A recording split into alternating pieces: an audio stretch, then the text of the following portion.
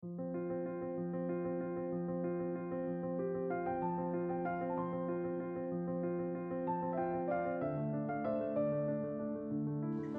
to my channel, Body and Moon Guided Movement, where we focus on moving with our seasons and we empower our body and ourselves.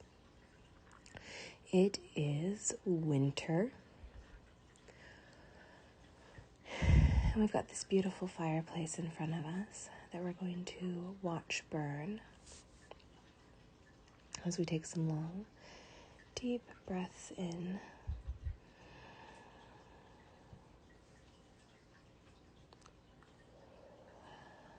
and release,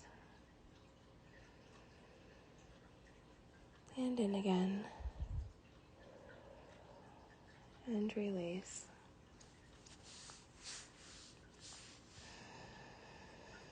And this is our second winter season in the new year. How has our plans that we made during our last winter season gone? Did we do good at them? Did we really struggle with them?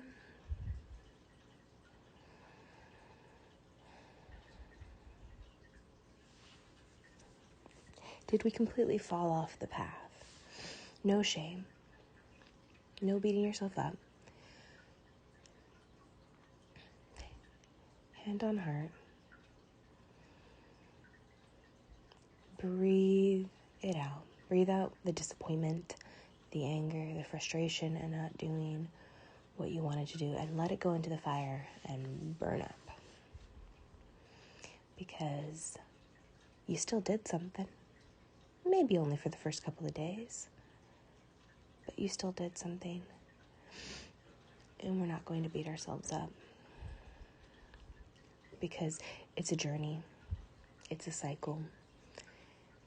You start something, you lose momentum,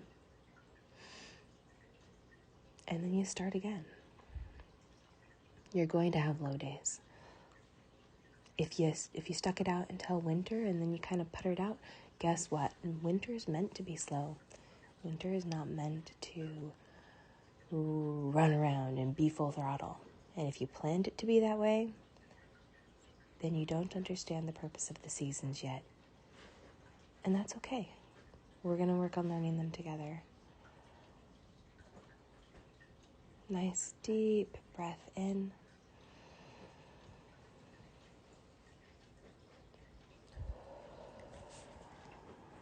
And out.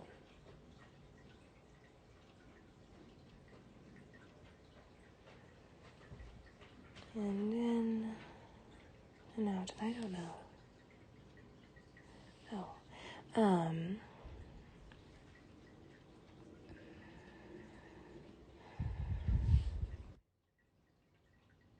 And in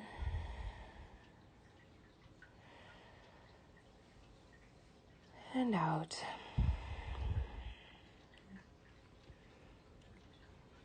Winter is a time to slow down and receive, which is really hard to do. I've been struggling this winter with feeling like all I do is I go to work and I come home and I end up falling asleep and taking a nap. And it's like, dude, I'm not getting anything on my to-do list done this winter. And it's a little aggravating. But then I sit there and I have to go, but you're in winter. You're in winter. And you're potentially going to be more physically tired in winter. It's okay. It's okay to take that nap. And it's not like I'm not moving. I move a lot at work. I have a very high physical job. I clock like 2 miles at work, doing work. And then I've got children, so I spend a lot of time running around. So take into consideration in the winter, especially in the winter, that you're doing a lot of moving, just living your life. cooking your food, going grocery shopping, work potentially, depending on what you do. And so if you don't move a lot outside of the necessary movements of life, it's okay. It's okay. And that was the thing I was walking myself through this winter phase was it's okay. And accepting those movements and acknowledging those movements and writing them on my tracker sheet because it's nice. It's nice. I write mine down along with a feeling of how I felt when I did it so that I can look back and be like, yeah, actually I did a whole lot. And I had this battle going on in my head that the 2 miles that I walked at work was not enough. And that it didn't count because it was at work and it wasn't for exercise and it wasn't for movement. Even though when I'm at work, I try really hard to remember, hey, I'm moving my body. This counts as movement. And I'm trying to shift it in my head while I'm at work and accept that movement as movement, as exercise. My brain still, wants to fight with me about it and be like, that doesn't count. And so I would ask you to ponder. Deep breath in and out. Are there movements you're doing that you're telling yourself don't count? Especially during winter when you don't want to get out and move probably, and that's okay because that's not when your body's designed to move.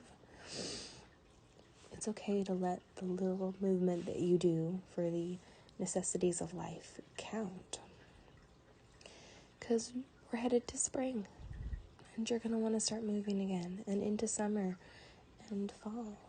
It's okay to not move very much, and only move as you feel called to do so. That was my lesson I learned this winter season. Deep breath in and out, and in and out. I would love it if you wanted to share a lesson with me that you've learned over the winter cycle for you.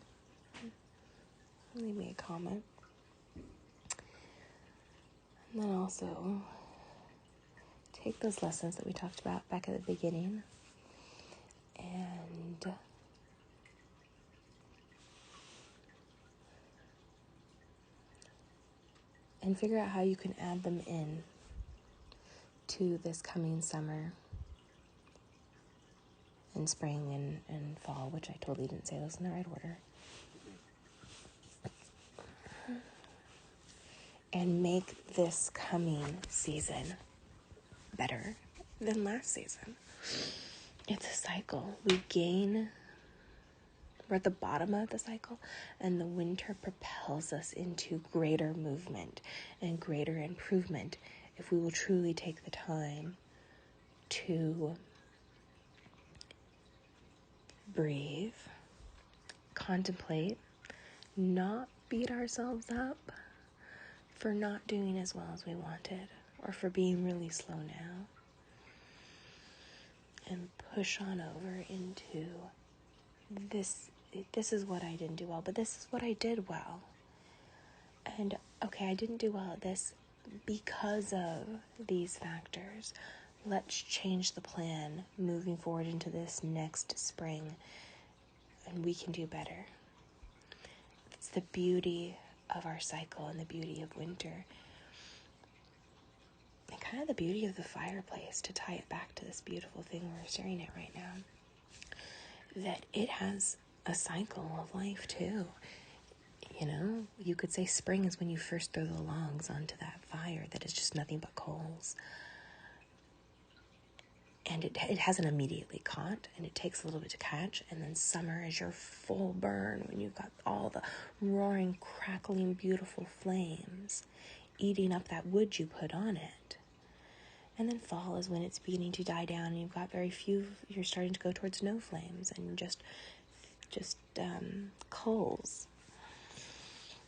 And of course, winter is when you just have coals. And if in the winter phase, you don't take some time to think and put new wood on your fire, you won't have a very successful spring or fall. You'll be trying to create flames on nothing but ash, and that just doesn't work. It doesn't work. So I invite you to remember to receive, to not beat yourself up. It's very common to want to do so in winter. And put more wood on your fire. Set new goals, new intentions. Make new plans. Have excitement from the rest and put new wood on your fire so that as you move into spring, you will have the energy to make it a fabulous spring. Anyway, I will catch you in spring.